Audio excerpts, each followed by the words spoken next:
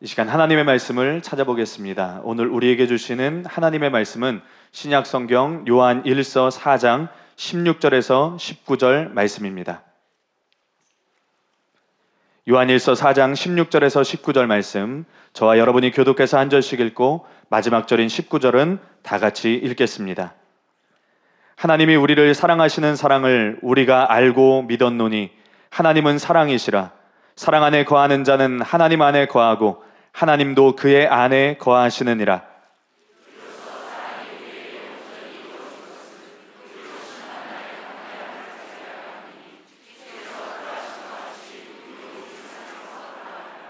사랑 안에 두려움이 없고 온전한 사랑이 두려움을 내쫓나니 두려움에는 형벌이 있음이라. 두려워하는 자는 사랑 안에 온전히 이루지 못하였느니라. 우리가 사랑함은 그가 먼저 우리를 사랑하셨음이라. 아멘. 이제 담임 목사님 나오셔서 큰 사랑이 낳은 작은 사랑들, 이런 제목으로 하나님의 말씀 선포해 주시겠습니다.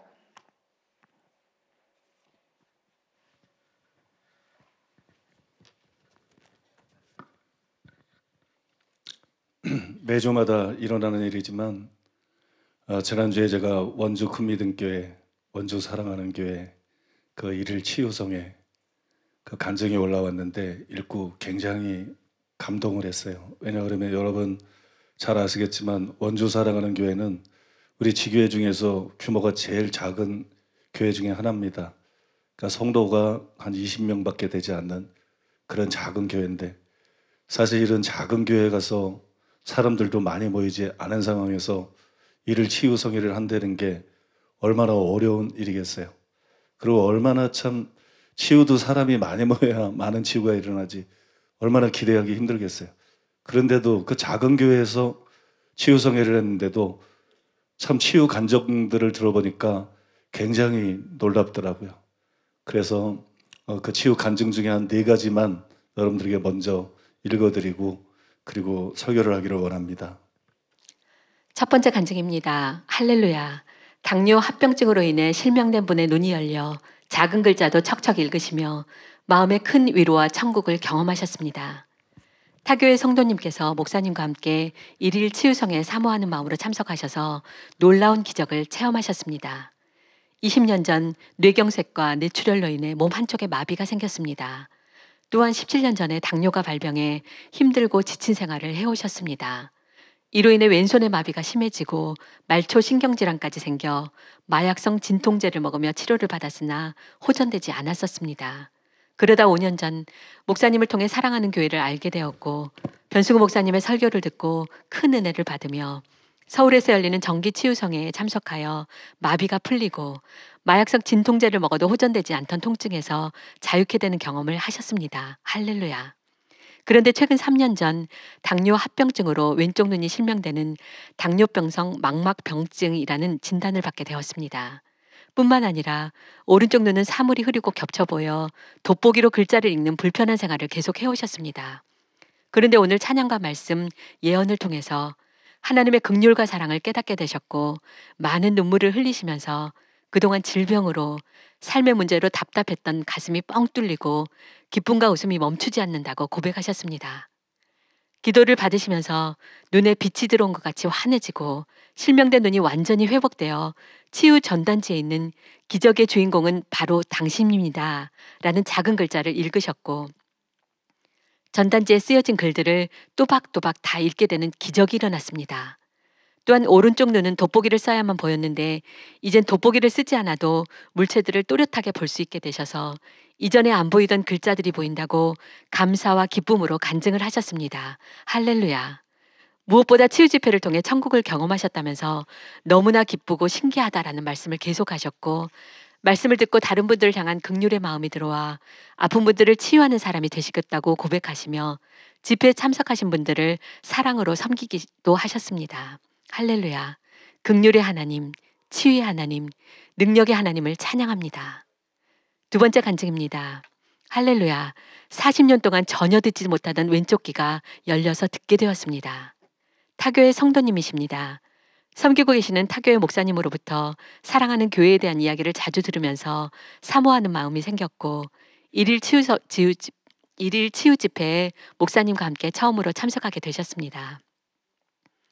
초등학교 6학년 때 길을 걷다 갑자기 너무나 빠르게 지나가던 자전거에 놀라서 넘어지면서 왼쪽 귀를 부딪혀 전혀 들리지 않게 되었습니다.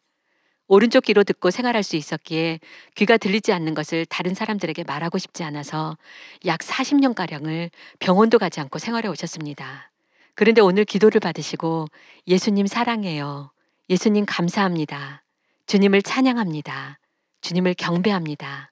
주님은 나의 주인이십니다. 라는 말을 정확하게 듣고 따라하셨습니다. 할렐루야. 또한 큰 소리가 나는 집회 현장 가운데서도 반대쪽 귀를 막고도 대화가 가능하셨고 송선주 전도사님으로부터 김옥경 목사님께서 쓰신 영광에서 영광으로의 책을 선물 받으시고 너무나 기뻐하셨습니다. 듣지 못한 귀를 열어 듣게 하시는 주님을 찬양합니다. 세 번째 간증입니다. 할렐루야. 선천적인 운동신경의 장애로 회복될 수 없던 다리에 힘이 들어가 다리를 끌지 않고 걸으며 우울증이 사라졌습니다. 청주 사랑하는 교회 성도님이십니다. 성도님께서는 지난 남양주 일일 치유성회를 통해 턱관절을 치유받으셔서 사모함으로 원주 일일 치유성회에 참석하셨습니다. 성도님은 태어날 때부터 선천적인 뇌의 문제로 운동신경이 눌려 왼쪽 신경에 자극이 전달되지 못해 지금까지 왼쪽 다리를 질질 끌고 다니셨습니다. 걷는 것이 너무나 불편하고 뛰지 못하며 이로 인해 장애 등급을 받은 후에 재활 치료도 오래 받았지만 병원에서는 성장기가 끝났기 때문에 이제는 더 이상 회복할 방법이 없고 퇴화하지 않도록 유지하는 방법밖에 없다는 의사 선생님의 말씀을 듣고 나는 이대로 평생 살아야 되는구나 라는 생각과 함께 치유받을 생각을 하지 못했었습니다. 이로 인해 살면서 많이 불편하고 힘들었는데 오늘 말씀을 통해 마음 가운데 하나님의 긍휼과 사랑이 임하였고 회복되지 않을 것 같은 두려움과 불안했던 마음이 다 사라졌습니다. 그때 제 걸음걸이를 보고 송선주 전도사님께서 걷는 것이 굉장히 불편해 보이는데 치유받으실 수 있습니다 라고 말씀하셨고 바로 치유 선포를 해주셨습니다. 기도를 받으면서 왼쪽 종아리에 힘이 들어왔고 바로 일어나 걸어보라고 말씀하시기에 일어나 걸을 때 다리를 끌지 않고 걷게 되었습니다. 또한 성전을 빠르게 걷고 뛰기까지 하셨습니다. 다리가 너무나 무거웠는데 이제는 너무 가볍고 균형을 잡고 걸을 수 있게 되었다고 기뻐하셨습니다. 할렐루야. 또한 우울증과 사단의 여러 참소로 마음이 괴로워 힘들었던 생활을 해왔는데 하나님께서 나를 긍휼히 여기시고 용서하셨다는 말씀에 믿음이 들어와 평강이 임하면서 모든 우울증의 증상에서 자유케 되셨습니다.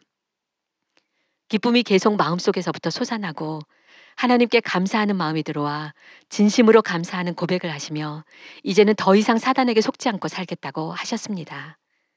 우리의 모든 연약함과 두려움에서 자유케 하시며 승리케 하시는 주님을 찬양합니다. 네 번째 간증입니다. 할렐루야. 오랜 시간 힘들게 했던 강박증과 역류성 식도염 증상이 사라지고 성령 세례를 받으셨습니다. 어릴 적 학교에서 왕따를 당하면서 마음에 깊은 상처가 있어 너무나 힘들고 외로운 생활을 해오셨습니다. 이런 생활이 오래 지속되다 보니 정신적으로 충격과 심한 스트레스로 인해 강박증과 역류성 식도염 증상까지 생기게 되었습니다. 치료를 위해서 수많은 약들을 먹었지만 별다른 호전이 없었습니다. 음식을 먹으면 항상 토를 해 음식을 제대로 섭취할 수 없었고 살이 빠져 생활함에 큰 어려움이 있었습니다. 그런데 오늘 말씀과 기도 시간에 알 수 없는 눈물을 많이 흘리게 되었고 기도를 받으면서 나를 힘들게 했던 학생들을 용서하게 되고 마음이 편안해지면서 두려움과 외로움에서 자유케 되었습니다. 지금은 물 한 병을 다 마시고 음식을 먹었는데도 역류하지 않게 되었고 그토록 받고 싶었던 성령 세례를 받으셔서 너무나 기쁘시다며 눈물로 간증을 하셨습니다. 할렐루야. 우리의 모든 아픔을 아시고 자유케 하시는 선하신 주님을 찬양합니다. 그럼 요한일서 4장 16절에서 19절에 있는 말씀을 가지고 지난 시간에 이어서 큰 사랑이 낳은 작은 사랑들 이런 제목으로 하나님의 말씀을 전하겠습니다. 지난 시간에 기초를 놓는 시간이었는데 첫 번째 대지까지만 말씀을 드렸습니다. 첫 번째로 하나님은 부모가 나를 사랑하는 것보다 여러분과 저를 더 사랑하신다. 그것에 대해서 말씀을 드렸어요. 그죠? 어떤 부모가 원수를 위해서 자기 자식을 죽음에 내어줄 수 있겠습니까? 하나님의 사랑은 우리의 지식을 초월하는 그런 놀라운 사랑으로 하나님께서 어머니가 나를 사랑하는 것보다 더 사랑하는 분이라는 것을 설명해 드렸습니다. 오늘은 두 번째부터 말씀을 드리겠습니다. 둘째로 따라해 보겠습니다. 우리는 마땅히 우리를 그토록 사랑하신 하나님을 사랑해야 한다. 하나님은 우리를 사랑하십니다. 하나님은 우리를 지극히 사랑하십니다. 근데 하나님은 우리를 사랑하실 뿐만 아니라 우리들에게 사랑을 요구하셔요. 또 일반적인 사랑을 요구하는 것이 아니라 당신이 우리를 지극히 사랑하신 것처럼 절대적인 사랑을 요구하십니다. 마태복음 22장 37절. 내 마음을 다하고 목숨을 다하고 뜻을 다하여 주 너의 하나님을 사랑하라. 심지어 하나님은 우리에게 부모를 사랑하는 것보다, 자식을 사랑하는 것보다 너를 더 사랑하라, 나를 더 사랑하라, 그렇게 요구하는 분이 있습니다. 마태복음 10장 37절. 아버지나 어머니를 나보다 더 사랑하는 자는 내게 합당하지 아니하고 아들이나 딸을 나보다 더 사랑하는 자도 내게 합당하지 아니하며. 자연인들, 즉 거듭나지 않은 사람들은 이런 요구를 이해할 수가 없어요. 어떻게 이런 요구를 할 수가 있지? 자식에게, 부모에게, 또 사람들에게 어떻게 이런 요구를 할 수가 있지? 너무 독선적이고 너무 지나친 요구다. 아마 자연인들은, 믿지 않는 사람들은 다 그렇게 생각할 것입니다.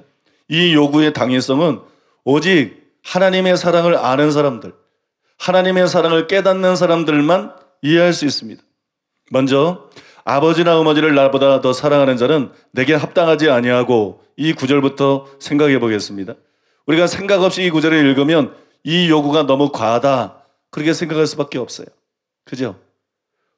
자녀에게 부모보다 더 사랑하라니, 또 부모에게 자기 어린 자식들보다도 더 사랑하라니, 굉장히 과한 요구로 생각이 되지만 실제로는 그렇지가 않아요. 여러분의 이해를 돕기 위해서 아주 실제적인 예를 하나 들어보겠습니다. 사람들은 대부분 마음속 깊은 곳에서 우러나는 사랑으로 어머니를 사랑합니다. 그런데 자녀들이 어머니를 사랑하는 것은 단지 어머니라서 사랑하는 게 아니에요. 어머니를 사랑하지 않는 자녀들도 있어요. 어머니에게 학대를 받은 자녀들이 어머니를 사랑할까요? 어머니가 자녀들을 방치하고 자녀들을 돌보지 않은 그런 어머니를 어머니라고 자녀들이 마음에서 우러나오는 사랑으로 사랑할까요? 그렇지 않습니다. 자녀들이 어머니를 사랑하는 것은 단지 어머니라서 사랑하는 것이 아니라는 거예요. 또 내 부모를 공경하라, 성경에 계명이 나와 있어요. 이 계명 때문에, 율법 때문에 어머니를 사랑하는 것도 아니에요. 율법은 어떻게 행하는 것이 옳은지를 가르쳐 줄 뿐이에요. 율법은 실제로 그렇게 행하게 만들 능력이 없어요. 그래서 율법 때문에 어머니를 그처럼 사랑하는 것이 아닙니다. 그러면 왜 사람들은 어머니를 사랑할까요? 우리가 어머니를 사랑하는 것은 어릴 때부터 어머니로부터 받은 희생적인 사랑 때문이에요. 그 사랑과 희생, 그 관심, 그 헌신, 그것 때문에 어머니를 사랑하는 거예요. 그래서 여러분, 어머니에 대한 사랑이 우리 마음속에서부터 자연스럽게 우러나오는 것이고, 그래서 1순위로 어머니를 사랑하는 것이에요. 그렇지 않습니까? 그런데 누가 우리를 더 사랑했습니까? 어머니입니까? 하나님입니까? 누가 우리를 위해서 더 큰 희생을 했습니까? 어머니입니까? 하나님입니까? 당연히 하나님입니다. 독생자까지 보내주신, 독생자를 희생제물로 삼으신 그 하나님이 우리를 더 사랑하셨고, 그 하나님이 우리를 위해서 더 큰 희생을 치르셨어요. 고린도후서 12장 15절. 내가 너희 영혼을 위하여 크게 기뻐함으로 재물을 사용하고 또 내 자신까지도 내어주리니 너희를 더욱 사랑할수록 나는 사랑을 덜 받겠느냐. 바울이 선한 목자로서 성도들을 지극히 사랑하면서 자기 목숨까지도 줄 수 있으면서 한 말이에요. 너희를 더욱 사랑할수록 나는 사랑을 덜 받겠느냐. 사랑하는 만큼 사랑받기를 기대하는 거, 이거 잘못된 거 아니에요. 물론 남녀 간에는 그럴 수 없어요. 그죠? 스토커들처럼 쫓아다니면서 내가 널 좋아하니까 너도 날 좋아해야 돼. 이건 안 되지만 남녀 간의 관계를 빼고 인간관계에서는 사랑하는 만큼 또 사랑을 기대할 수도 있어요. 그것이 여러분 어떤 의미에서 당연한 것이에요.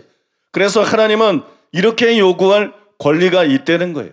내 마음을 다하고 목숨을 다하고 뜻을 다해서 나를 사랑해라. 이렇게 요구할 권리가 있습니다. 여러분 이렇게 요구할 수 있는 충분한 자격을 갖춘 분이 하나님이세요. 이 세상에서 온 우주에서 사람들에게 어떤 개인에게 이런 사랑을 요구할 수 있는 분은 아무도 없습니다. 부모도 그런 사랑을 요구할 자격이 없어요. 자녀도 그 정도의 사랑을 요구할 자격이 없어요. 남편도 그 정도의 사랑을 요구할 자격이 없습니다. 아내도 친구도 그 누구도 그런 정도의 사랑을 요구할 자격이 없어요.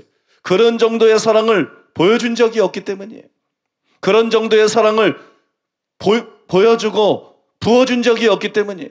오직 하나님만이 지식을 초월하는 사랑을 우리에게 부으셨습니다. 그 넓이와 높이와 깊이와 길이를 측량할 수 없는 사랑을 우리에게 부으셨어요. 오직 하나님만이 이런 요구를 당당하게 할 수 있습니다. 그래서 여러분 이것은 지나친 것이 아니라 정당한 요구라는 것을 기억하시기 바랍니다. 다음으로 아들이나 딸을 나보다 더 사랑하는 자도 내게 합당하지 아니하며, 이 부분을 생각해 보겠습니다. 이 요구는 더 어려워 보이죠? 대제사장인 엘리까지도 이 시험에 합격하지 못했어요. 하나님보다도 자녀를 더 사랑했어요. 하나님보다 자녀를 더 챙겼어요. 그래서 그 가문이 대대로 저주를 받았습니다. 하지만 믿음의 조상 아브라함은 이 시험을 통과했습니다. 자기의 독자를 희생 제물로 하나님께 바치려고 했어요. 하나님의 말씀에 순종해서 실제로 그것을 결행하려고 했어요. 이 시험에 통과해서 믿음의 조상 아브라함은 믿음의 조상이 됐어요. 의미하는 바가 큰 것이에요. 믿음이라는 게 뭔가? 예수를 믿는다는 게 뭔가? 교회 다니는 것인가? 그런 게 아니라는 거예요. 하나님을 사랑하는 것이 되는 거예요. 독자까지 하나님께 바쳤을 정도로 하나님을 최고로 사랑하는 것, 이것만이 믿음이다. 이것이 바로 신앙생활이다. 나에게 첫째, 둘째가 다뤄있으면서 셋째, 넷째로 하나님을 생각하면서 교회에 나와서 예배드리고 어느 정도 헌금 드리고 봉사하고, 이건 종교생활이지 믿음이 아니다. 이건 하나님을 제대로 믿고 있는 것이 아니다. 아브라함을 통해서 보여주고 있는 거예요. 우리는 아브라함을 본받아서 자녀보다 하나님을 더 사랑해야 됩니다. 위인 영재가 쓴 하늘에 속한 사람이라는 책에 보게 되면 이 구절과 관계가 있는 참 가슴 아픈 사연이 나와 있습니다. 중국에는 신앙 때문에 엄청난 대가를 치른 그리스도인들이 많다. 여기서 나는 한 가지 경우만 소개하고자 한다. 상하이에 꽤 부유한 집안에서 자란 웬 멍언이라는 자매가 있었다. 1967년 당시 어린아이 둘을 둔 가부였던 그녀가 감옥에 갇혔을 때 아들의 나이는 11살, 딸은 9살이었다. 투옥 후 1년이 지난 뒤 공안당국에서 그녀에게 동정을 베풀어 주려고 했다. 감옥소장이 말했다. 지난 한 해 당신의 처신은 대단히 양호했다. 그래서 오늘 당신에게 상을 내리기로 했다. 이제 당신은 과거의 죄를 자인하는 반성문만 쓰면 된다. 그러면 당신은 자유로운 몸으로 집에 돌아가 자녀들을 기를 수 있다. 당신이 혈육을 보살피는 것을 당신의 신도 틀림없이 바라시지 않겠는가? 당국의 주선으로 자녀들이 감옥에 도착해 있었다. 아들과 딸을 보자마자 웬멍한 자매는 가슴이 찢어지는 듯 했고 뜨거운 사랑의 눈물이 펑펑 쏟아졌다. 관리들이 그녀에게 물었다. 어느 쪽을 택하겠나? 당신이 믿는 예수인가? 아니면 당신의 자녀인가? 만약 예수를 선택한다면 당신은 이 감옥에 계속 갇혀 있어야 하고, 자녀를 선택한다면 집으로 갈 수 있다. 그들은 그녀에게 펜과 종이를 주면서 누구를 선택할 것인지 쓰라고 했다.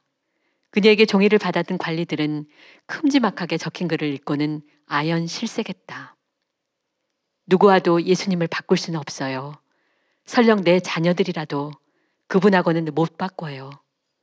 웬 자매는 감옥에 남는 쪽을 선택했다. 감옥소장이 소리를 질렀다. 얘들아, 똑똑히 들어라. 너희 어미는 너희를 버렸다. 너희를 사랑하지 않는 거야. 웬 자매는 이후 23년을 더 감옥에서 보내야 했다.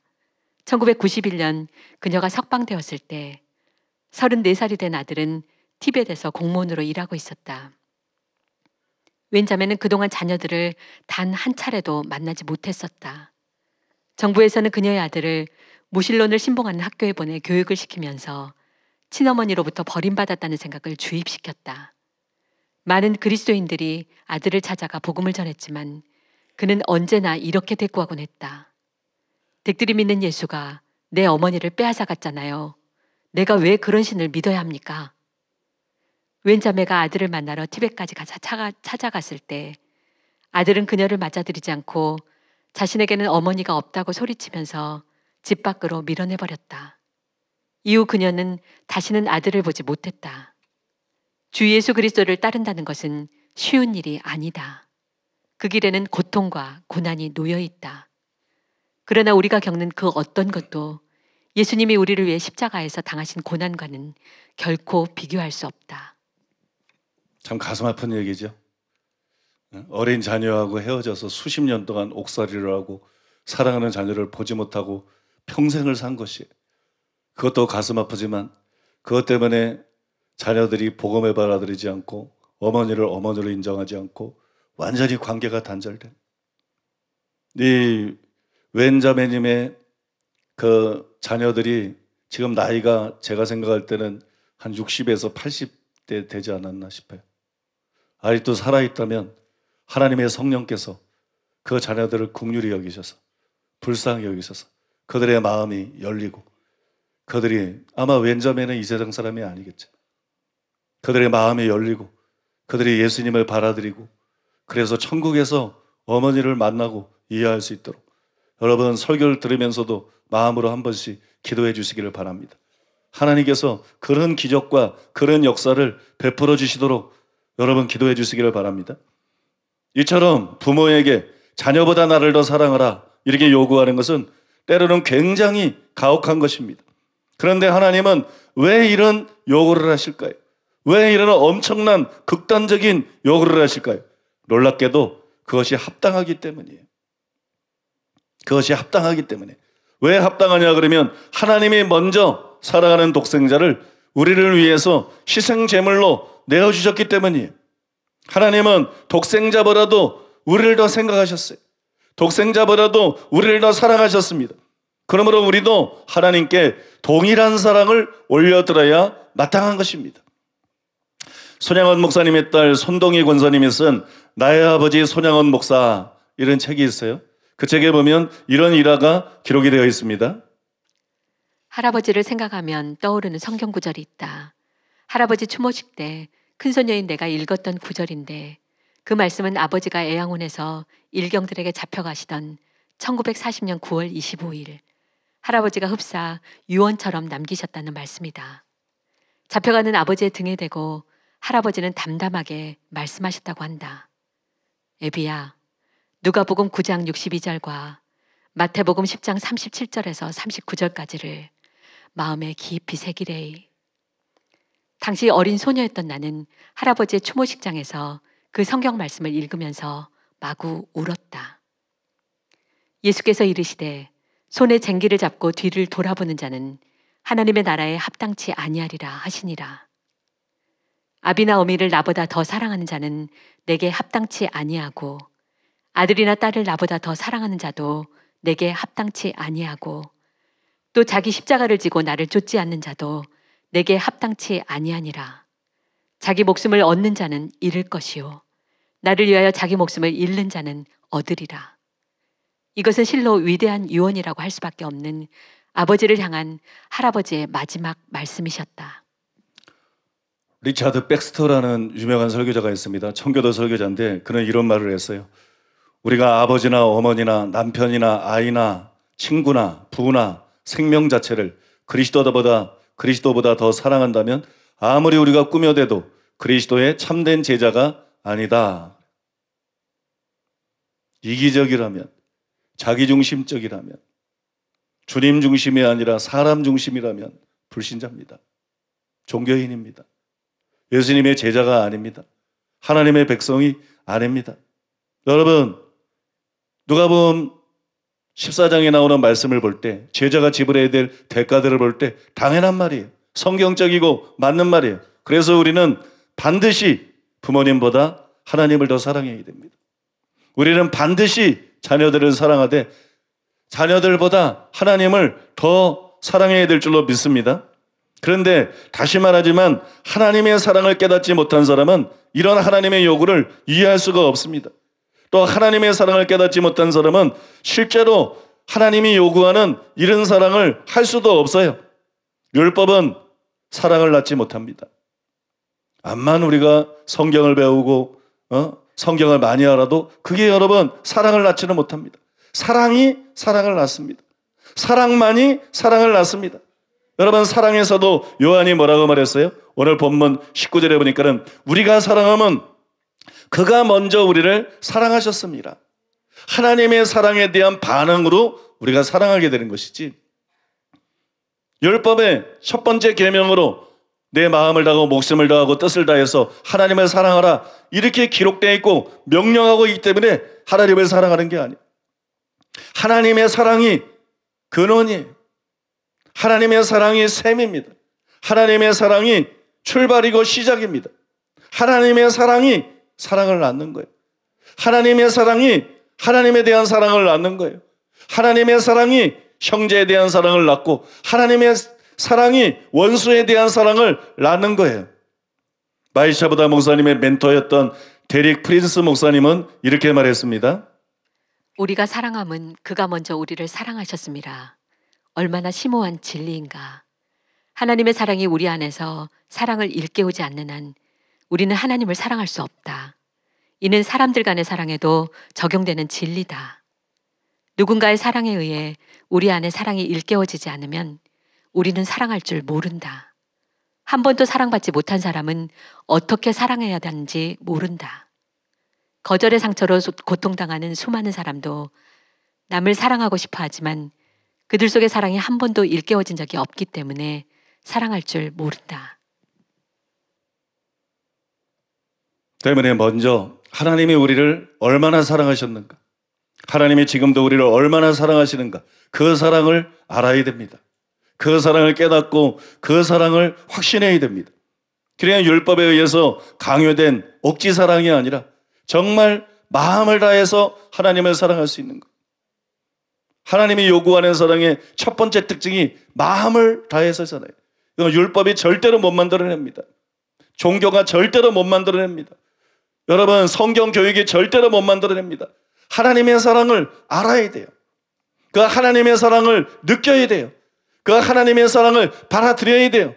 그래야 마음을 다해서 목숨을 다해서 뜻을 다해서 하나님을 사랑할 수가 있는 거예요. 그래야 그때 비로소 부모님보다 하나님을 더 사랑할 수 있는 거예요. 그리고 자녀들보다도 하나님을 더 사랑할 수가 있는 거예요. 제가 일대지에서 지난 시간에 하나님의 사랑에 대해서 말하면서 기초를 놓는다고 말한 이유가 그것이에요. 그것이 샘이고 그것이 근원이고 그것이 터기 때문에, 그것이 없으면 다른 모든 것이 불가능하고 다른 모든 것이 존재할 수가 없기 때문이에요. 신앙생활에서 회개가 먼저가 아닙니다. 신앙생활에서 하나님 말씀에 순종하는 게 먼저가 아닙니다. 거룩을 추구하는 게 먼저가 아니에요. 신앙생활에서 제일 먼저 우리에게 필요한 것은 복된 소식을 듣고 그 소식 안에 들어져 있는 복된 소식은 아름다운 이야기가 있네. 하나님의 사랑 이야기, 복음성가처럼 바로 여러분 그 안에 있는 하나님의 사랑의 이야기를 듣는 거예요. 복음은 사랑의 뉴스예요. 하나님이 너희들을 이처럼 사랑하셨다. 하나님이 세상을 이처럼 사랑하셨다. 인간은 원수같이 굴지만 하나님은 이처럼 사랑하셨다. 하나님은 당신의 독생자를 주기까지, 희생제물로 주기까지 너희들을 이렇게 사랑했다. 복음을 통해서 하나님의 사랑을 깨닫는 겁니다. 하나님의 사랑을 알고 그 사랑을 확신하는 것입니다. 이것이 여러분 신앙생활의 첫걸음이에요. 이것이 여러분 제대로 회개하기 위해서, 제대로 믿기 위해서, 제대로 거룩해지기 위해서, 또 제대로 사랑하기 위해서 반드시 우리에게 필요한 일인 줄로 믿습니다. 이제 여러분들에게 이걸 말씀드리고 싶습니다. 지금은 그렇지 않지만 옛날에는 하나님이 아니라 사람을 상대로 하나님이 요구하는 사랑과 굉장히 유사한 사랑을 바쳤던 사람들이 있어요. 그 사람들이 누구냐? 충신들입니다. 충신들. 드라마에 보게 되면 옛날에 왕건에 그게 나오더라고요. 드라마에 보게 되면 주군을 위해서, 자기가 섬기는 왕을 위해서 위급한 때에는 자기의 부모의 목숨까지도 희생합니다. 자기의 자녀의 목숨, 자기의 가족의 목숨까지도 희생합니다. 주군을 위해서, 자기가 섬기는 왕을 위해서 자기의 목숨을 바칠 수 있을 뿐만 아니라 자기 가족들의 목숨까지도 바칠 수 있었던 사람들이 바로 여러분 충신들이에요. 때문에 저는 부모님이나 자녀들보다 하나님을 더 사랑하는 것의 첫걸음이 뭐냐? 그것이 예수님을 주님으로 모셔드리는 것이다. 입으로만이 아니라 예수님을 진짜로 자기 자신의 주님으로 모셔드리는 것, 이것이 바로 첫걸음이라고 생각을 합니다. 예수님을 믿는다는 것은 결국 예수님을 주님으로 믿는 것입니다. 사도행전 16장 31절 주 예수를 믿으라. 그리하면 너와 내 집이 구원을 받으리라. 로마서 10장 9절로 10절 내가 만일 내 입으로 예수를 주로 시인하며 또 하나님께서 그를 죽은 자 가운데서 살리신 것을 내 마음에 믿으면 구원을 받으리라. 사람이 마음으로 믿어 의에 이르고 입으로 시인하여 구원에 이르느니라. 우리는 모두가 예수님을 주님이라고 부릅니다. 그런데 정말 주인이 나에서 예수님으로 바뀌었는가? 이게 중요한 거예요. 너무 많은 목사들이 자기의 주인이 자기예요. 자기를 위해서 목회합니다. 자기를 위해서 설교합니다. 자기를 위해서 삽니다. 그래서 정치 목사들이 그렇게 많은 거예요. 너무나 많은 장로들이 자기 주인이 자기예요. 너무나 많은 권사들과 신자들이 자기의 주인이 자기예요. 입으로는 예수님을 주님이라 그래요. 근데 실제로 살아가는 걸 보면, 선택하는 걸 보면 주님을 위해 선택하는 게 거의 없어요. 거의 자기를 위해 선택해요. 이게 굉장히 심각한 거예요. 진짜 주인이 누구냐? 심판이 뭡니까? 심판이라고 하는 것은 누가 진짜 이 사람의 주인이냐? 그걸 가리는 거예요. 이랑이나 영국 여왕을 대하는 것처럼 입으로는 주라 그러지만 실제로 왕이 아닌 거. 실제로는 자기 자신이 왕인 거. 이랑이나 영국 여왕처럼 입으로만 주라고 부르는 거냐? 입으로만 왕이라고 부르는 거냐? 아니면 실제로 예수님이 그 사람의 왕이냐? 이것을 여러분 가리는 것이 심판인 것입니다. 마태복음 7장 21절 나더러 주여 주여 하는 자마다 다 천국에 들어갈 것이 아니요 다만 하늘에 계신 내 아버지의 뜻대로 행하는 자라야 들어가리라. 누가복음 6장 46절 너희는 나를 불러 주여 주여 하면서도 어찌하여 내가 말하는 것을 행하지 아니하느냐. 이게 심판이죠. 즉 누구에게 순종하느냐를 가리는 것. 이 사람이 실제로 누구에게 순종하느냐 그걸 가리는 것이 심판입니다. 로마서 6장 16절 너희 자신을 종으로 내주어 누구에게 순종하든지 그 순종함을 받는 자의 종이 되는 줄을 너희가 알지 못하느냐. 혹은 죄의 종으로 사망에 이르고 혹은 순종의 종으로 의에 이르느니라. 그래서 여러분 반드시 주인이 바뀌어야 되는 거예요. 신앙 고백하고 교회 다니는 게 전부가 아닙니다. 다 헛것일 수 있습니다. 주인이 바뀌어야 돼요.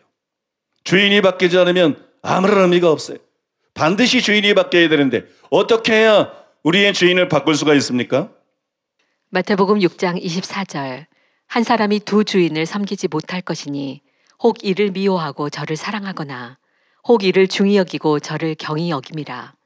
너희가 하나님과 재물을 겸하여 섬기지 못하느니라. 이게 주인 얘기죠. 두 주인. 누가 주인이냐? 재물이 너의 주인이냐? 하나님이 너의 주인이냐? 재물이 너의 주인인 사람이 굉장히 많아요. 목회자들 중에도 신자 중에도 재물이 나의 주인인 사람들이 너무 많습니다.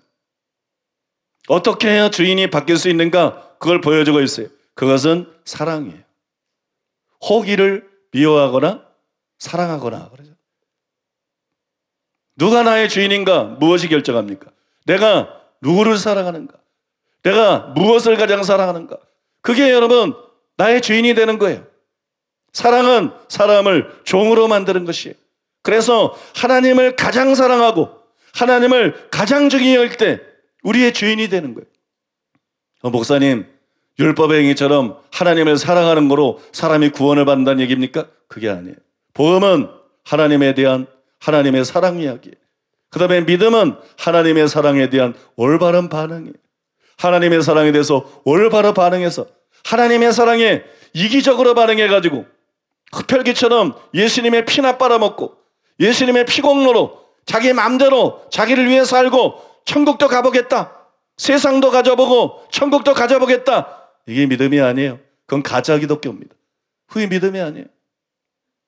복음에 나타난 하나님의 사랑을 깨닫고 감동해서 바울이 말한 사랑으로서 역사하는 믿음을 갖는 겁니다.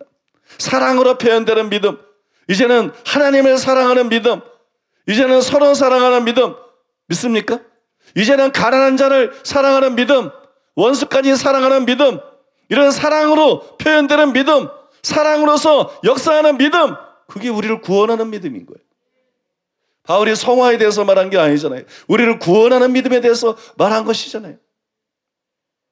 여러분, 복음을 제대로 깨닫고 하나님을 가장 사랑함으로 우리의 죄인이 바뀌어야 이 사람이 그리스도인이 되는 거예요. 그래야 여러분, 이 사람이 구원을 받아서 하나님의 자녀가 될 수 있는 것입니다. 그래서 바울은 이런 말을 했습니다. 고린도후서 5장 14절로 15절. 그리스도의 사랑이 우리를 강권하시는도다. 우리가 생각하건대 한 사람이 모든 사람을 대신하여 죽었은즉 모든 사람이 죽은 것이라. 그가 모든 사람을 대신하여 죽으심은 살아있는 자들로 하여금 다시는 그들 자신을 위하여 살지 않고 오직 그들을 대신하여 죽었다가 다시 살아나신 이를 위하여 살게 하려 함이라.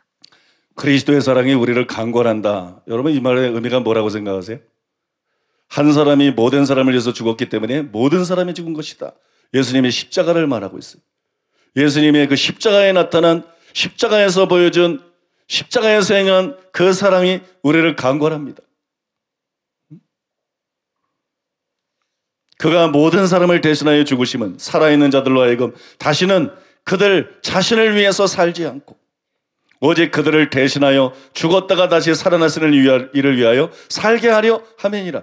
이것이 그리스도의 사랑이 강권하는 내용이에요.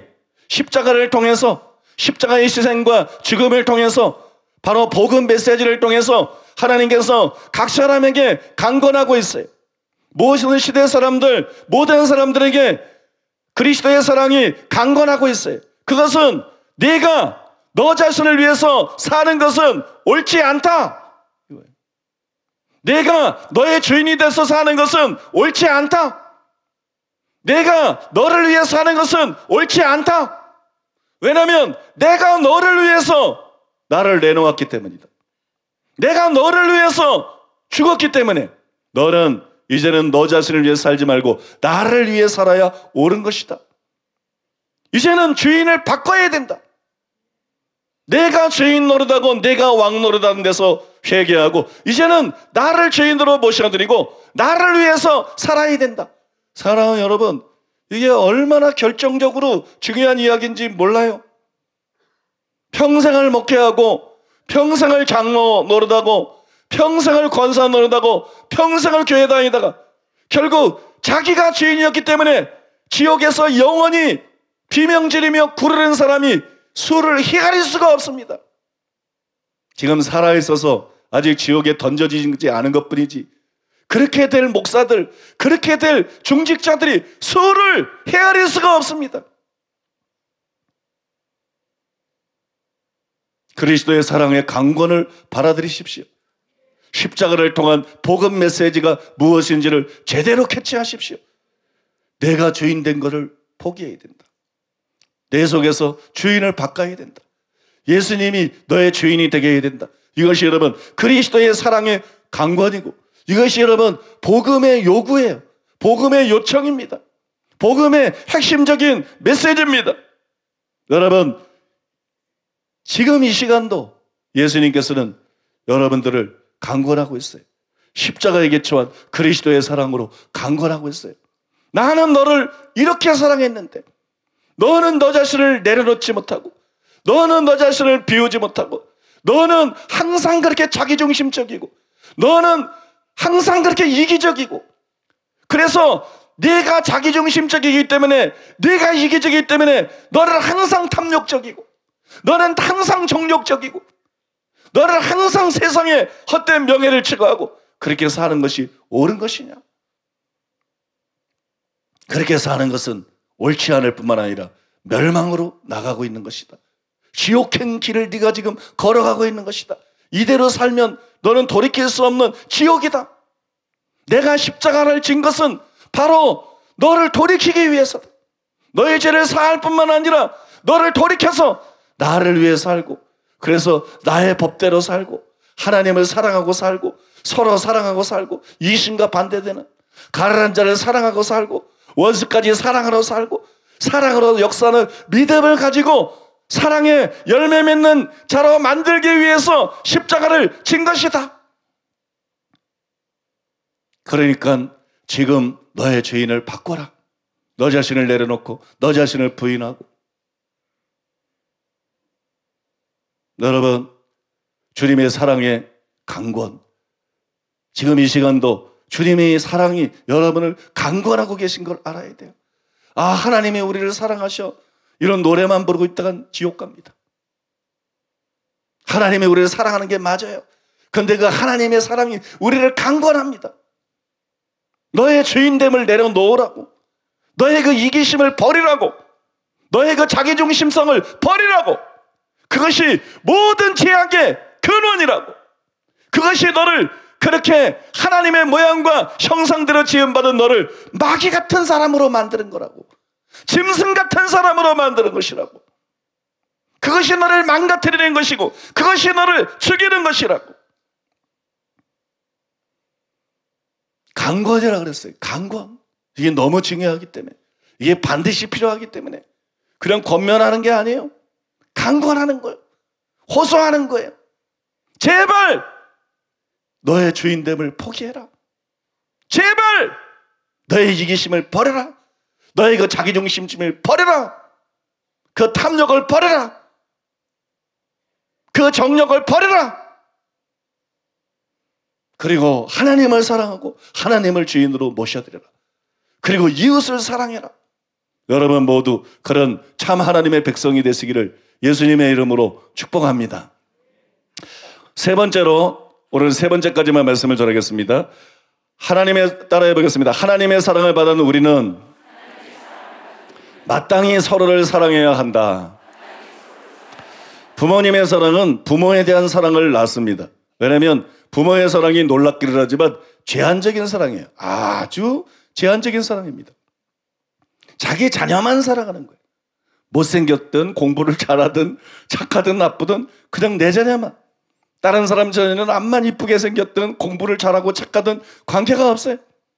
그냥 내 자녀에게만 쏟는 이기적인 사랑이 또 여러분 부모의 사랑이. 그래서 여러분 자녀들도 그 사랑을 받고 그 심은 대로 거두는 것이기 때문에 내 부모만 사랑하는 거예요. 부모님에게 사랑받은 많은 자녀들이 자기 부모만 또 사랑합니다. 그러나 하나님의 사랑은 모두를 향한 무조건적이고 무제한적인 사랑입니다. 요한복음 3장 16절. 하나님이 세상을 이처럼 사랑하사 독생자를 주셨으니 이는 그를 믿는 자마다 멸망하지 않고 영생을 얻게 하려 하심이라. 로마서 5장 6절로 10절. 우리가 아직 연약할 때에 기약대로 그리스도께서 경건하지 않은 자를 위하여 죽으셨도다. 의인을 위하여 죽는 자가 쉽지 않고 선인을 위하여 용감히 죽는 자가 혹 있거니와 우리가 아직 죄인 되었을 때에 그리스도께서 우리를 위하여 죽으심으로 하나님께서 우리에 대한 자기의 사랑을 확증하셨느니라. 그러면 이제 우리가 그의 피로 말미암아 의롭다 하심을 받았으니 더욱 그로 말미암아 진노하심에서 구원함을 받을 것이니 곧 우리가 원수 되었을 때에 그의 아들의 죽으심으로 말미암아 하나님과 화목하게 되었은즉 화목하게 된 자로서는 더욱 그의 살아나심으로 말미암아 구원을 받을 것이니라. 에베소서 2장 3절로 5절.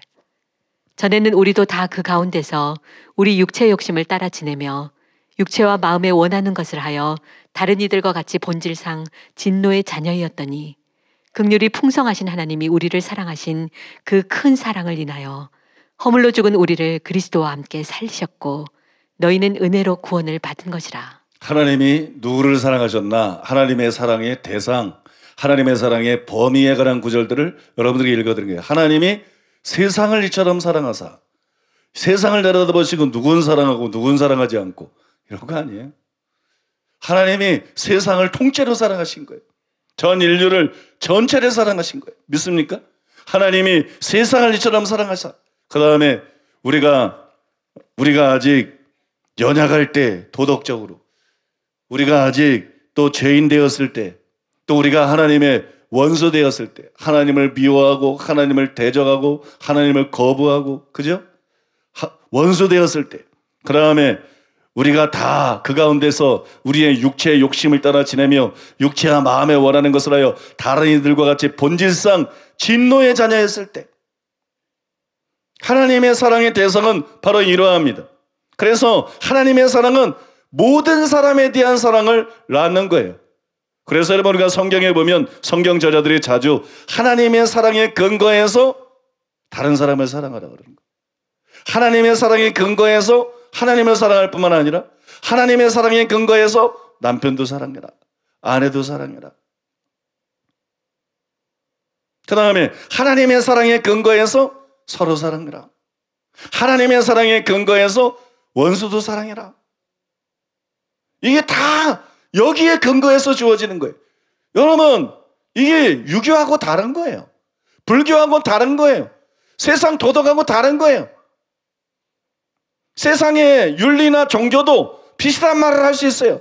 이웃을 사랑해라, 뭐 가르는 자를 사랑해라, 너를 해하는 사람도 사랑해라. 근데 기독교는 전혀 다른 거예요. 하나님의 사랑에 근거해서 하나님의 사랑에 대해서 말하면서 하나님이 너희를 이렇게 사랑하셨으니까 너도 아내를 사랑해야 돼. 너도 남편을 사랑해야 돼. 하나님이 너희를 이렇게 사랑했으니까 너도 형제를 사랑해야 돼. 자매를 사랑해야 돼. 원수를 사랑해야 돼. 용서해야 돼. 이게 기독교 윤리예요. 믿습니까? 십자가에서 나오는 윤리입니다. 하나님의 심장에서 나오는 윤리입니다. 사랑의 신 하나님 자체로부터 나오는 윤리입니다. 그게 율법이 하나님의 영광을 보여주는 거잖아요. 하나님의 성품을 보여주는 거죠. 율법이 하늘에서 떨어진 것이 아니라 바로 하나님 자신에게서, 하나님 됨됨이에서 나온 것이 바로 율법이잖아요. 먼저 예수님 자신이 자신의 사랑에 근거해서 서로 사랑할 것을 명령하셨습니다. 요한복음 13장 34절로 35절. 새 계명을 너희에게 주노니 서로 사랑하라. 내가 너희를 사랑한 것 같이 너희도 서로 사랑하라. 너희가 서로 사랑하면 이로써 모든 사람이 너희가 내 제자인 줄 알리라. 주님이 왜 우리에게 서로 사랑하라고 하셨어요? 내가 너희를 사랑한 것 같이, 즉 주님이 먼저 우리를 사랑하셨기 때문에 서로 사랑하라고 말씀합니다. 우리가 사랑하면 그가 먼저 우리를 사랑하셨습니다. 본문 19절에 나오는 말씀과 원리가 같은 것이에요. 하나님이 우리를 사랑하셨기 때문에 우리가 하나님을 사랑한다. 원리가 같은 거예요. 내가 너희를 사랑했기 때문에 너희도 서로 사랑해야 된다. 또 여러분, 사도 바울이 하나님의 사랑에 근거해서 우리가 다른 사람을 사랑해야 된다고 여러 곳에서 권했습니다. 에베소서 5장 1절로 2절. 그러므로 사랑을 받는 자녀같이 너희는 하나님을 본받는 자가 되고 그리스도께서 너희를 사랑하신 것 같이 너희도 사랑 가운데서 행하라. 그는 우리를 위하여 자신을 버리사 향기로운 제물과 희생 제물로 하나님께 드리셨느니라. 에베소서 5장 25절. 남편들아, 아내 사랑하기를 그리스도께서 교회를 사랑하시고 그 교회를 위하여 자신을 주심같이 하라. 골로새서 3장 13절로 14절. 누가 누구에게 불만이 있거든 서로 용납하여 피차 용서하되 주께서 너희를 용서하신 것 같이 너희도 그리하고 이 모든 것 위에 사랑을 더하라. 뭐 더 이상 설명이 필요 없죠, 이 구절들에 대해서. 그리고 사랑의 사도라고 불리는 사도 요한이 하나님의 사랑에 근거해서 서로 사랑해야 될 것을 강조했습니다. 요한일서 3장 16절. 그가 우리를 위하여 목숨을 버리셨으니 우리가 이로써 사랑을 알고 우리도 형제들을 위하여 목숨을 버리는 것이 마땅하니라. 요한일서 4장 9절로 11절. 하나님의 사랑이 우리에게 이렇게 나타난 바 되었으니 하나님이 자기의 독생자를 세상에 보내심은 그로 말미암아 우리를 살리려 하심이라. 사랑은 여기 있으니 우리가 하나님을 사랑한 것이 아니요 하나님이 우리를 사랑하사 우리 죄를 속하기 위하여 화목제물로 그 아들을 보내셨습니다. 사랑하는 자들아, 하나님이 이같이 우리를 사랑하셨은즉 우리도 서로 사랑하는 것이 마땅하도다. 여러분, 사랑이 사랑을 낳습니다. 사랑이 사랑을 낳습니다. 그러므로 우리는 하나님의 사랑을 깨닫고 우리가 받은 사랑을 흘려보내야 돼요. 사랑 받고만 있으면 안 돼요. 우리가 받은 사랑을 다른 사람들에게로 흘려보내야 됩니다. 우리는 반드시 그렇게 해야 돼요. 왜냐하면 그것이 예수를 믿는 거예요. 교회 다니는 게 예수님을 믿는 게 아니에요. 예배 참석하고 봉사하고 성경 공부하고 봉사하고 기도한다고 그게 예수를 믿는 거 아니에요. 하나님의 사랑에 바르게 반응하는 삶을 사는 거, 사랑으로서 역사하는 믿음뿐이니라. 사랑으로 표현되는 믿음, 사랑을 실천하는 것으로 나타나는 믿음, 이게 신앙이고 이게 여러분 신앙 생활인 것이에요. 그래서 여러분, 사랑이라고 하는 것은 내가 진짜 믿음을 가졌다, 내가 진짜 믿음을 가졌고 구원받은 하나님의 자녀다, 그 증거가 되는 것입니다. 요한일서 3장 14절로 15절. 우리는 형제를 사랑함으로 사망에서 옮겨 생명으로 들어간 줄을 알거니와 사랑하지 아니하는 자는 사망에 머물러 있느니라. 그 형제를 미워하는 자마다 살인하는 자니 살인하는 자마다 영생이 그 속에 거하지 아니하는 것을 너희가 아는 바라. 그렇죠. 형제를 사랑하는 것, 서로 사랑하는 것이 구원받은 증거인 거예요. 이기적인 거는 구원받지 못했다는 증거인 거예요. 탐욕적인 거는 구원받지 못했다는 증거인 거예요. 정력적인 거는 구원받지 못했다는 증거인 거예요. 사랑하는 게, 하나님을 사랑하는 게 구원받은 증거예요. 서로 사랑하는 게 구원받은 증거예요. 이웃을 사랑하는 게 구원받은 증거예요. 이게 구원받은 증거이기 때문에 이건 선택의 여지가 없는 거예요. 우리는 반드시 하나님의 사랑을 깨닫고 여러분, 사랑을 흘려보내는 삶을 살아가야 되는 거예요. 믿습니까? 다른 사람을 사랑하는 삶을 살아야 되는 거예요. 근데 방금 읽어드린 이 구절 바로 뒤에 보면 이런 말씀이 나옵니다. 그가 우리를 위하여 목숨을 버리셨으니 우리가 이로써 사랑을 알고 우리도 형제들을 위하여 목숨을 버리는 것이 마땅하니라. 누가 이 세상의 재물을 가지고 형제의 궁핍함을 보고도 도와줄 마음을 닫으면 하나님의 사랑이 어찌 그 속에 거할까 보냐. 자녀들아, 우리가 말과 혀로만 사랑하지 말고 행함과 진실함으로 하자. 굉장히 중요한 말씀이에요. 여러분들은 정말로 형제를 사랑하십니까? 그냥 교회 다니고 그런 것이 아니라 정말 믿는 형제와 자매들, 여러분은 정말로 형제를 사랑하십니까? 예수님을 주님이라 그러는데 입술로만 주여 주여 하면서 자기 마음대로 사는 거짓 신자들이 많아요. 마찬가지로 여러분, 말과 혀로만 형제들을 사랑한다고 하고 있는 건 아닌가요? 말과 혀로만 형제들을 사랑한다, 이렇게 말하는 사람들이 많아요. 실제로는 형제를 사랑하지 않는 사람들이 많아요. 나는 진실로 형제들을 사랑한다, 그렇게 생각하는 분들에게 제가 묻고 싶은 게 있어요. 오늘 서로 사랑 이벤트 헌금 드리셨습니까? 만약에 드리지 않았다, 가짜입니다. 1년에 한 번 생활화되는 형제의 사랑의 삶을 1년에 한 번 교회가 정한 거를 그때 나는 동참 안 한다. 이 진짜일까요?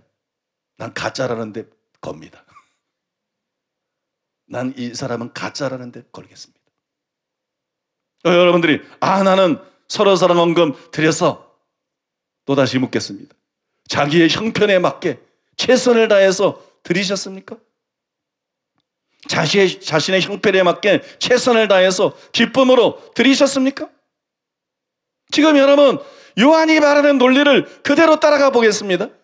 예수님이 우리를 위해서 목숨을 버리셨으니까 이걸 통해서 우리가 사랑을 알고, 이걸 통해서 사랑을 깨닫고, 이걸 통해서 사랑을 배우고 우리도 형제들을 위하여 목숨을 버리는 것이 마땅하니라. 아니, 부모도 아니고 자식도 아니고 형제를 위해서 목숨을 버리는 것이, 아니 주님도 아니고 심지어 형제를 위해서 목숨 버리는 것이 마땅하다. 당연하지요. 하나님의 아들이 우리를 위해서 목숨을 버리는 사랑을 베풀어 주었다면 우리가 여러분 형제를 위해서 목숨을 버리는 것이 마땅한 것이에요.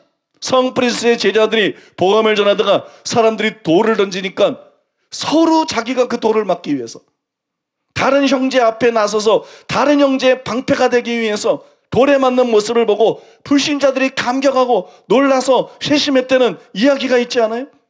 우리가 여러분 형제를 사랑할 때 목숨까지 줄 정도로 사랑하는 것이 당연한 것이, 이 대원칙을 이야기하면서 누가 이 세상의 재물을 가지고 형제의 궁핍함을 보고도 도와줄 마음을 닫으면 하나님의 사랑이 어찌 그 속에 거할까 보냐. 우리가 형제를 위해서 대신 죽어줄 수 있을 정도로 사랑하는 것이 당연함에도 불구하고 그건 고사하고 그깟 제 목숨도 아니고 그깟 재물을 가지고 궁핍한 형제, 가난한 형제를 보고 저거 도와줘야 되겠다 그런 마음이 드는데 그걸 딱 닫아버리는 거예요. 마음을 아깝다고 생각하고 딱 닫아버리는 거예요. 그 다음에 도와줄 마음을 막으면 어찌 하나님의 사랑이 그 속에 거할까 보냐. 하나님의 사랑이 로마서 5장 5절에 보면 믿는 자의 마음에 부어졌죠. 그런데 어찌 하나님의 사랑이 그 속에 거할까 보냐. 신자가 아니다 이거예요. 진짜 신자가 아니다. 기독교인이 아니다. 이거 가짜다 그 얘기. 여기도 가짜들이 제법 있을 거요. 받는 것만 좋아하는 사람들. 사랑하는 교회가 서로 사랑 이벤트를 통해서 뭐 전세 지원금으로 해마다 2천만 원씩 몇 분들에게 나눠드린다. 또는 무슨 뭐 명절 때마다 뭐 그렇게 명절을 잘 지낸다고 드린다. 이거는 그리스도의 사랑이 흘러가는 겁니다. 그러면 이 사랑에는 하나님의 사랑에 사랑으로 반응해야 되는 것처럼 이 사랑에도 사랑으로 반응해야 되는데 그렇지 않은 분들도 제법 있어요. 받는 것만 좋아하는 사람들, 받는 것에만 관심 있는 사람들,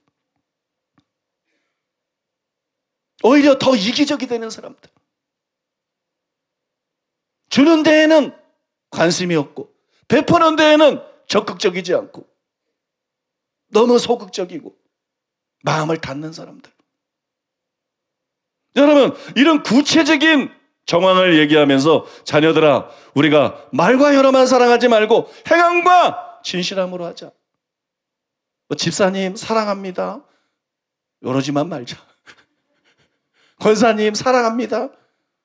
내가 사랑하는 거 아시죠? 이러지만 말자.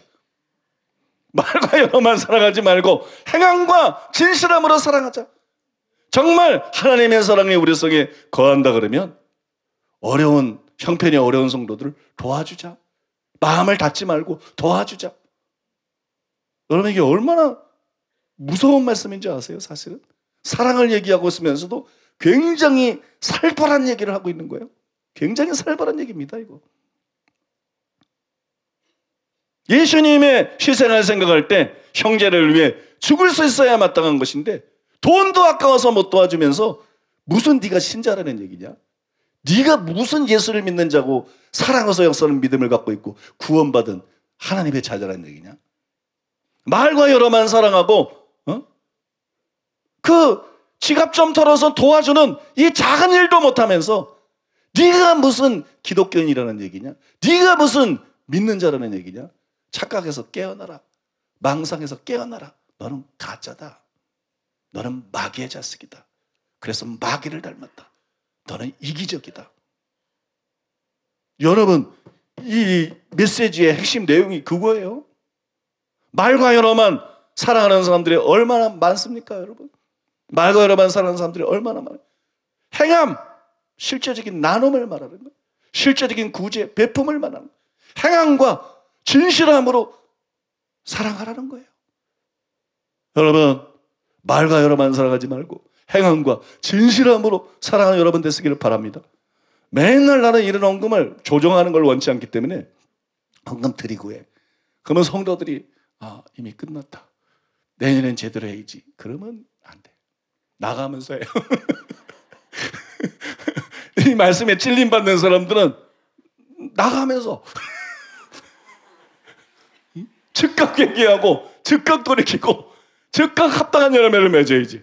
그죠? 여러분, 이거 얼마나 당당하게 할 수 있는 얘기예요. 그거 뭐 딸 헌금입니까? 무슨 건축 헌금입니까? 아니면 뭐 교회에 보탬이 되는 그런 게 아니잖아요. 가는 우리 믿는 형제 자매들 같이 나누자는 거잖아요. 100% 들어온 대로 다 나가는 거잖아요. 그럼 100% 들어온 대로 다 나가면 그거를 끝인 줄 알아요? 다음 주 헌금이 줄죠. 사람들의 경제는 비슷하기 때문에 다음 주 헌금이 확 줄죠. 근데 뭐 때문에 이거 강조하겠어요? 이게 기독교니까. 우리는 그런 사랑을 당연히 가지고 있어야 되고 당연히 그런 사랑으로 살아야 되는 것이니까. 믿습니까? 여러분, 오늘 이 문제에 있어서 확실하게 믿음을 지으시기를 바랍니다. 이제 마지막으로 이 말씀을 드리겠습니다. 형제를 사랑하는 것은 단순히 우리의 의지로 되는 것이 아닙니다. 하나님을 사랑하는 것과 마찬가지로 하나님의 사랑을 깊이 깨달아 알 때 비로소 가능해지는 것이에요. 그래서 길성남 교수님이 이렇게 썼습니다. 에베소 교회 성도들이 그리스도의 사랑을 깨닫도록 사도 바울이 강구하는 근본적인 목적은 그들이 다른 사람들을 사랑하며 영적으로 성장하는 데 있다. 사도는 그들에게 그리스도께서 너희를 사랑하신 것 같이 너희도 사랑 가운데서 행하라고 촉구한다. 또한 그리스도께서 교회를 사랑하고 위하여 자신을 내어주심 같이 자기 아내를 사랑하라고 남편들에게 권고한다. 만일 그들이 그리스도의 사랑을 깨닫지 못한다면 진심으로 사랑할 수 없고 진정한 성숙에 이를 수도 없다. 그리스도의 사랑을 깨닫는 것에서 그리스도인의 진정한 사랑과 성숙이 시작되는 것이다. 에베소 교회 성도들이 그리스도의 사랑을 깨닫도록 사도 바울이 강구하는 근본적인 목적, 그 근본적인 목적은 그들이 다른 사람들을 사랑하며 영적으로 성장하는 데 있다. 만일 그들이 그리스도의 사랑을 깨닫지 못한다면 진심으로 사랑할 수 없고 진정한 성숙에 이를 수도 없다. 그리스도의 사랑을 깨닫는 것에서 그리스도인의 진정한 사랑과 성숙이 시작되는 것이다. 우리는 너무 율법적으로 신앙생활해요. 많은 사람들이. 우리는 너무 말씀을 공부하고 단순히 말씀대로 살려고 노력하려고 그럽니다. 그런데 말씀 속에 있는 하나님의 사랑을 깨달아야 희망이 있는 거예요. 말씀 속에 나타난 하나님의 사랑을 깨닫고 그 사랑에 감복해야 비로소 여러분 말씀이 요구하는 하나님을 사랑할 수 있는 거예요. 서로 사랑할 수 있고 원수까지도 우리가 여러분 사랑할 수가 있는 것입니다. 그래서 하나님의 사랑이 기초라는 거예요. 지난 시간에 기초를 놓는다 그랬잖아요. 기초. 하나님의 사랑이 기초라는 거예요. 하나님의 사랑을 깨달아야 진짜 믿음이 시작되는 것이고 하나님의 사랑을 깊이 깨달으면 깨달을수록 우리의 신앙이 성숙이 되는 거예요. 살인하지 말라, 간음하지 말라, 도적질하지 말라, 거짓 증거하지 말라, 탐되지 말라, 이거 하나하나를 지키기 위해서 열심히 노력하는 게 기독교가 아니라는 거예요. 하나님의 십자가에 나타난 복음에 나타난 하나님의 사랑을 깊이 깨닫고 그래서 어머니의 사랑을 받은 사람이 어머니에 대한 사랑이 우러나오는 것처럼 외부의 압력에 의해서가 아니라 계명의 압력, 명령에 의해서가 아니라 하나님의 사랑을 깊이 깨닫고 우리 속에서 하나님에 대한 사랑이 우러나와야 되는 거예요. 그 사랑을 기억할 때 형제에 대한 사랑이 우리 속에서 우러나와야 되는 거예요. 원수에 대한 사랑이 우리 속에서 우러나와야 되는 거예요. 그래서 살인하지 않고 간음하지 않고 도적질하지 않고 거짓 증거하지 않고 탐내지 않고 이것이 여러분 기독교인 것이에요. 이것이 기독교고 이것이 신앙생활인 것이에요. 그래서 다 아는 것 같지만 하나님의 사랑을 자꾸 얘기하는 거예요. 다 아는 것 같지만 십자가의 사랑을 자꾸 얘기하는 거예요. 이게 우리의 마음에 와닿지 않으면 희망이 없기 때문입니다. 이게 우리 마음에 와닿지 않고 그냥 성경을 공부하고 설교를 듣고 성경 공부하고 말씀 알아가는 거 이거는 희망이 없기 때문이에요. 하나님의 사랑이 우리 마음에 와닿아야 하나님의 사랑이 우리 마음에 와닿고 느껴져야 엄마의 사랑을 아기가 어릴 때부터 느끼고 경험하며 살면서 엄마에 대해서 이기심이 다 사라지는 거야. 다른 사람에 대해서는 이기적인데 엄마에 대해서는 이기심이 다 사라지는 거예요. 다른 사람을 위한 선물을 살 때는 얼마짜리를 사지? 막 계산하는데 얼마짜리 사야 상대가 기분 나빠하지 않고 예의를 갖추면서도 살 수 있을까? 근데 엄마를 위해서 살라 그럴 때는 자기 가지고 있는 돈을 다 터는 거예요. 진짜 엄마가 원하는 게 뭘까? 진짜 엄마가 기뻐하는 게 뭘까? 그 다음에 자기가 가지고 있는 걸 다 터는 거예요. 그렇지 않나요, 여러분? 신앙은 그런 거예요. 하나님을 위해서 다 터는 거예요. 뭐 다 헌금해라 이런 얘기를 하는 게 아니고 마음을 다하여 마음을 다 터는 거예요. 마음을 남기는 마음을 다하고 목숨을 다하고 뜻을 다하고 성품을 다하고 믿습니까? 하나님의 사랑을 알고 깨닫는 것이 너무 중요하다는 거예요. 요한일서에는 이 사실이 이렇게 기록되어 있습니다. 요한일서 4장 16절 17절에 보니까는 하나님이 우리를 사랑하시는 사랑을 우리가 알고 믿었노니 하나님은 사랑이시라. 사랑 안에 거하는 자는 하나님 안에 거하고 하나님도 그의 안에 거하시느니라. 이로써 사랑이 우리에게 온전히 이루어진 것은, 사랑이 어떻게 우리 속에서 이루어집니까? 사랑이 어떻게 우리 속에서 형성됩니까? 사랑이 어떻게 우리 속에 뿌리 내리고 자리 잡고 자라갑니까?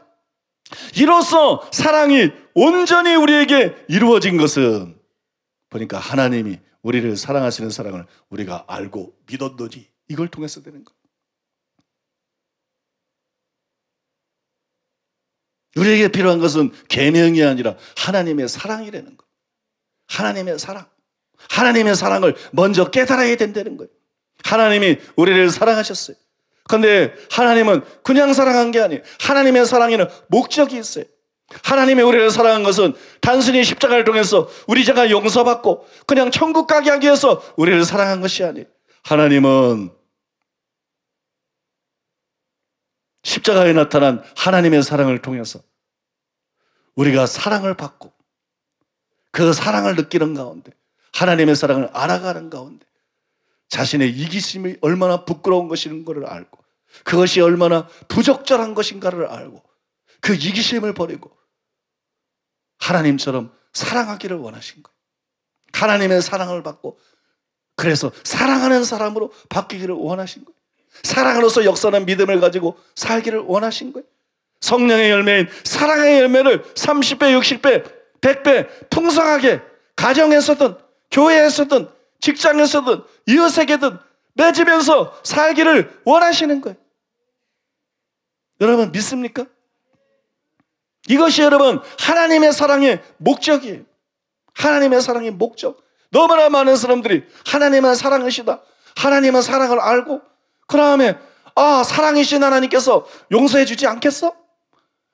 사랑이신 하나님께서 뭐 칼빈 주자들이 사랑이신 하나님께서 설마 우리를 버리겠어? 이게 진리가 아니라는 얘기예요. 사랑은 그런 식으로 이기적으로 이용하고 생각하는 게 아니라는 거예요. 하나님의 사랑의 목적은 단순히 우리가 사랑받고 단순히 우리가 천국 가게 만드는 것이 아니라 우리의 이기심을 깨트린 데 있는 것입니다. 우리의 자기중심성을 깨트리는데 십자가의 목적이 있고 하나님의 사랑의 목적이 있는 거예요. 우리 속에 있는 탐심과 우리 속에 있는 정욕을 깨트리는데 여러분 바로 십자가의 목적이 있는 거예요. 하나님께서 당신의 아들을 십자가에서 못 박을 때, 양손과 양발에 못을 박을 때 여러분 그 사건을 통해서 우리의 이기심을 못 받기를 원하신 것이에요. 우리의 탐심과 우리의 정욕을 못 받기를 원하신 것이에요. 자기 중심성, 자기 주인됨을 못 받기를 원하신 거예요. 자기가 주인 되니까 탐욕적이 되고 세상적이 되고 양심을 버리고 저질지 말아야 될 온갖 짓을 저지르고 그렇게 되는 거 아니에요. 그걸 처리하기를 원하신 것이. 여러분 십자가를 바르게 이해해야 됩니다. 하나님의 사랑을 바르게 이해해야 됩니다. 하나님의 사랑이 그냥 막 베풀고 나눠주는 사랑이 아닙니다. 분명한 목적이 있는 사랑입니다. 하나님은 지혜로우신 분이십니다. 하나님의 사랑은 목적이 있습니다. 그걸 제대로 이해하시고 하나님의 사랑을 깨닫고 이기심을 버리시기 바랍니다. 자기중심적인 걸 버리시기 바랍니다. 탐욕도 버리고 정욕도 버리고 세상적인 것도 버리시기 바랍니다. 하나님의 사랑의 목적을 깨닫고 하나님을 사랑하기로. 계산적인 사랑이 아니에요. 마음을 다하고 계산이 없는 거예요. 마음을 다하고 목숨을 다하고 뜻을 다하고 힘을 다해서 하나님을 사랑하기로 결단하시기 바랍니다. 이웃을 내 몸처럼 사랑하기로 결단하시기 바랍니다. 원수와 핍박자까지 그들의 거짓됨이나 그들의 악은 나쁘지만 그들의 영혼은 불쌍히 여기시기 바랍니다. 그들이 심판받고 지옥 가는 걸 원하는 것이 아니라 그들이 회개하고 돌이켜서 회복되고 천국 가는 것을 원하고 기도하는 저와 여러분 되시기 바랍니다. 그것이 여러분 기독교입니다. 그것이 여러분 우리가 살아가야 될 길인 줄로 믿습니다.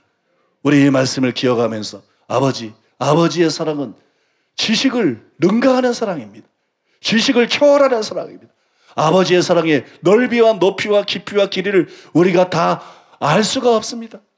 그 아버지의 사랑을 알면 알수록 우리가 바뀔 터인데 이 시간에 그 아버지의 사랑을 우리에게 가르쳐 주시옵소서. 아버지의 사랑을 가르쳐 주시옵소서.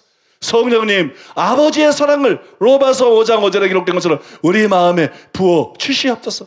우리가 그리스도의 사랑을 알고 오늘 성경에 나와 있는 것처럼 하나님이 사랑이신 것을 알게 해 주시옵소서. 그래서 신앙생활하고 기도할 때도 성령으로 말미암아 하나님을 아버지라 부르짖으며 하나님의 사랑을 믿고 하나님 앞에 기도로 달려가는 우리가 되게 하여 주시옵소서. 살면서뿐만 아니라 기도에서도 사랑으로서 역사하는 믿음이 역사함으로 말미암아 우리가 믿음으로 하나님께 기도를 드리고 실제적으로 은혜와 도움을 받고 변화되는 이 시간이 되기를 원합니다. 주님, 빛을 비춰주시고 주님, 역사하여 주시옵소서. 내 이기심을 처리하기를 원합니다. 내 자기중심적인 것에서 벗어나기를 원합니다. 내가 여기서 벗어나지 않으면 지옥불에서 벗어날 수 없다는 무서운 사실을 알고 있기 때문입니다. 이기심에서 자기중심적인 것에서 벗어나기를 원합니다. 하나님을 사랑하기 원합니다. 이웃을 가난한 사람을 원수까지 사랑하기를 원합니다. 내가 이 시간 그런 사람으로 변화되기를 원합니다. 바꾸기를 원합니다. 주님, 성령으로 이 자리에 강타하시고 역사하여 주시옵소서. 우리 통성으로 7분간 간절히 기도하겠습니다. 아버지, 오늘도 우리가 그 사랑을 알기를 원합니다. 주님, 오늘도 그 사랑을 깨닫기를 원합니다. 우리가 진실로 알기를 원하는 것은 하나님 계명이 아니라 하나님의 사랑입니다. 오늘도 성령을 부으셔서 우리에게 그 사랑을 깨닫도록 은혜 베풀어 주시옵소서. 그 사랑을 알아서 그 사랑을 깨달아서 진실로 사랑하는 새로운 하나님의 사람들이 될 수 있도록, 변화된 하나님의 사람들이 될 수 있도록 주님께서 역사하시고 이 시간 함께하여 주시옵소서. 그 사랑이 우리 가운데서 우러나올 수 있도록, 그 사랑이 우리 가운데서 진실로 우러나와서 주님을 사랑하고 형제를 사랑하고 원수와 핍박자까지도 사랑할 수 있는 하나님의 사람들이 되게 하여 주시옵소서. 그래서 우리의 이기심을 버리도록, 하나님 우리의 자기중심성을 버리도록, 그것들을 다 십자가에 못 박도록 주님께서 함께 하시고 역사하여 주시옵소서. 우리에게 그 사랑을 직접 보여주시고 성령으로 그 사랑을 알도록 부어주신 주님, 우리를 그 사랑을 드러내는 자로 부르신 주님, 오늘도 말씀을 통해 우리가 어떤 사람인지, 우리가 얼마나 큰 사랑을 받았는지, 하나님 우리에게 얼마나 큰 사랑을 베푸셨는지 하나님 우리에게 깨닫게 하심을 감사합니다. 성령을 부으심으로 우리가 다시 한번 더 그 사랑을 깨닫습니다. 그리고 우리가 어떻게 변화되어야 하는지 우리 자신을 주님 돌아봅니다. 하나님 성령으로 아버지의 사랑을 깨닫게 하신 주님, 우리가 이제는 그 사랑을 키워나가게 하시고 하나님, 그래서 주님의 사랑을 드러내는 영혼들을 진실로 주님 앞으로 이끌 수 있는 그런 하나님의 사람들이 되게 하여 주시옵소서. 내가 얼마나 이기적인 사람이었는가, 내가 얼마나 자기중심적인 사람이었는가, 주님은 십자가에서 그 물과 피를 쏟으시기까지 우리를 사랑하셨는데 하나님 아버지는 그렇게 될 것을 아시면서도 자기를 죽은 것 같이 자기 독생자를 그 고통스러운 죽음으로 내어 모셨는데, 하나님, 나의 작은 욕심 때문에 사랑하지 못했고, 나의 이기심 때문에 주님 사랑하지 못했고, 이제는 우리가 하나님 변화되기를 원합니다. 이제는 우리가 사랑하기를 원합니다. 이제는 우리가 새로운 사랑하는 사람들로 변화되기를 원합니다. 우리를 사랑으로 강권하시는 주님, 우리 주 예수 그리스도보다 귀한 것이 없습니다. 주 예수보다 더 값진 것이 없습니다. 그 사랑으로, 자기를 내어주신 그 사랑으로, 자기 독생자를 자기 몸을 내어주는 것과 같이 내어주신 그 사랑으로 강권하신 주님, 이기심을 버리라고, 나를 위해서 사는 것이 옳은 것이 아니라고, 놀라운 사랑을 베푸신 주님을 위해서 사는 것이 마땅한 것이라고, 형제를 위하여 사는 것이 마땅한 것이라고 가르쳐 주시는 주님, 우리가 그 사랑을 행하게 하여 주시옵소서. 주님, 우리는 매일매일 어떤 마음으로 사랑하고 있습니까? 어떤 마음을 가지고 이 순간 서 있습니까? 주님, 우리가 지금 어떤 사랑입니까? 아버지의 측량할 수 없는 사랑을 받은 우리가 지금 어떻게 사랑하고 있습니까? 주님, 우리는 사랑하고 있습니까? 사랑받은 만큼 사랑하고 있습니까? 주님과 같이 사랑으로 불타오르고 있습니까? 형제의 아픔과 형제의 궁핍과 슬픔을 보며 아버지의 마음처럼 움직이고 있습니까?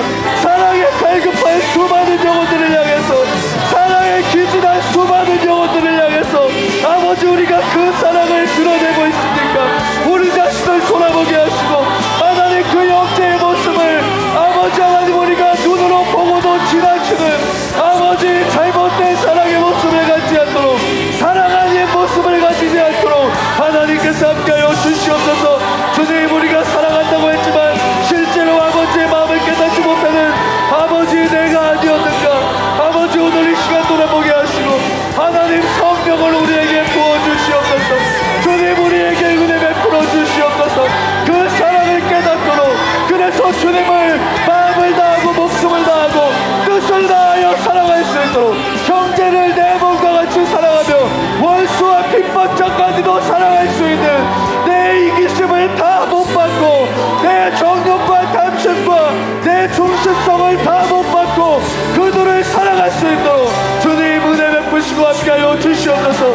이기적인 우리를 사랑하는 자가 되게 하신 주님, 하나님, 우리로 사랑받게 하고 또한 사랑하는 자로 서게 하신 주님, 우리가 얼마나 그 사랑에 있어서 부족했는가 주님, 이 시간 주님 앞에 엎드립니다. 하나님, 우리가 그 사랑에 있어서 얼마나 부족했는가 우리 자신을 알게 하시고 그 사랑으로 오늘도 채워주시옵소서. 성령을 부으시고 주님의 사랑을 부어주시옵소서. 사랑하는 자가 될 수 있도록, 진실로 사랑하는 자가 될 수 있도록, 억지 사랑이 아니라 마음을 다해 사랑할 수 있도록, 원수와 같은 우리를 이처럼 사랑하신 주님, 자기 아들을 주시기까지 이처럼 사랑하신 주님, 이제 우리도 주님을 이처럼 사랑하기 원합니다. 주님이 사랑하신 영혼들을, 형제들을, 원수와 핍박자까지도 이처럼 사랑하기를 원합니다. 주님, 나의 주님, 왕이신 주님, 내가 누구를 사랑할까? 하나님, 고민할 때 우리의 주변을 먼저 돌아보게 하시고 나를 핍박하는 자까지도 돌아보게 하시고 주님, 그 주님의 마음을 담게 하여 주시옵소서. 십자가에서 모든 사람들을 용서하신 그 주님의 사랑을 본받게 하여 주시옵소서. 아버지 하나님, 그 사랑을 알게 하신 주님, 오늘도 주님의 이름이 높임을 받으시옵소서.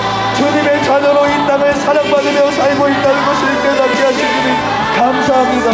이제 그 사랑으로 빛비추게 하시고 사랑의 빛을 들고 이 땅 가운데 일어나는 자들이 되게 하여 주시옵소서. 우리를 사랑으로 가리켜 안으시고 격려하시는 아버지, 찬양을 받으시옵소서. 우리가 주님을 사랑합니다.